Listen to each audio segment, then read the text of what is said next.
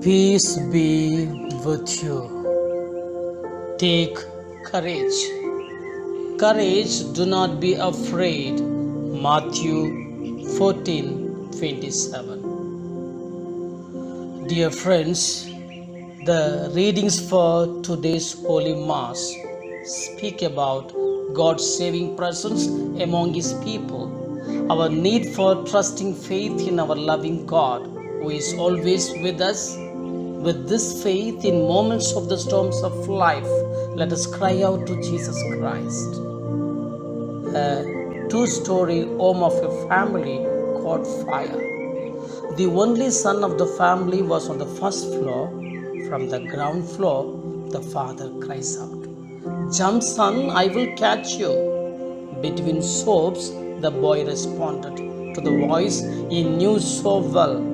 "But I cannot see you, Daddy." The father answered with great assurance, "No, son, you can't see me, but I can see you. Jump." At that, the boy jumped into the smoky darkness and found himself safely cradled in his beloved father's arms. Today's scripture readings are about trusting, about having faith, and about discerning the fact that our God is always with us, even in the storms of life. Dear friends in Christ Jesus, today's gospel passage presents an unexpected storms on the Sea of Galilee. As Jesus approached the apostles miraculously walking on water, Jesus calmed their fear by telling them, "It is I." The Gospel explains how Peter lost his trusting faith in Jesus Christ while in his attempt to walk on water, but was rescued when he called on Jesus for help. Dear friends, in Jewish folklore, only God could walk on the water. Therefore, if a person thinks he sees someone walking on the water, it must be a ghost. Besides, there was also a superstition that there were monsters at the bottom of the Sea of Galilee, unlikely that played into their alarm as well.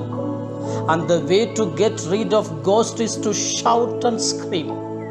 This is exactly what the disciples did until Jesus told them, "Take courage, it is I."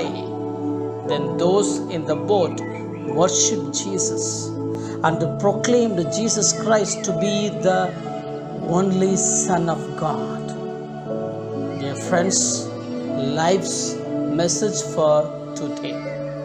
When we are faced with the storms of life, let us cry out to Jesus Christ and approach Jesus with a strong faith that Jesus calms the storms of life. Believe that the presence of Jesus Christ gives us peace and hope even in the wild storms of life. The storms of anxiety and worries about the future due to the ongoing pandemic, storms of sorrow, storms of doubt, tension and uncertainty, storms of anger and despair, storms of temptations and storms in family relationship. We need to imitate the short prayer of sinking Peter, "Lord, save me, Lord, save me." The second message for today. Dear friends, God keeps looking for ways and moments to show His love for us. Today, let us open our ears to listen to the assuring words of Jesus Christ. Take courage, it is I.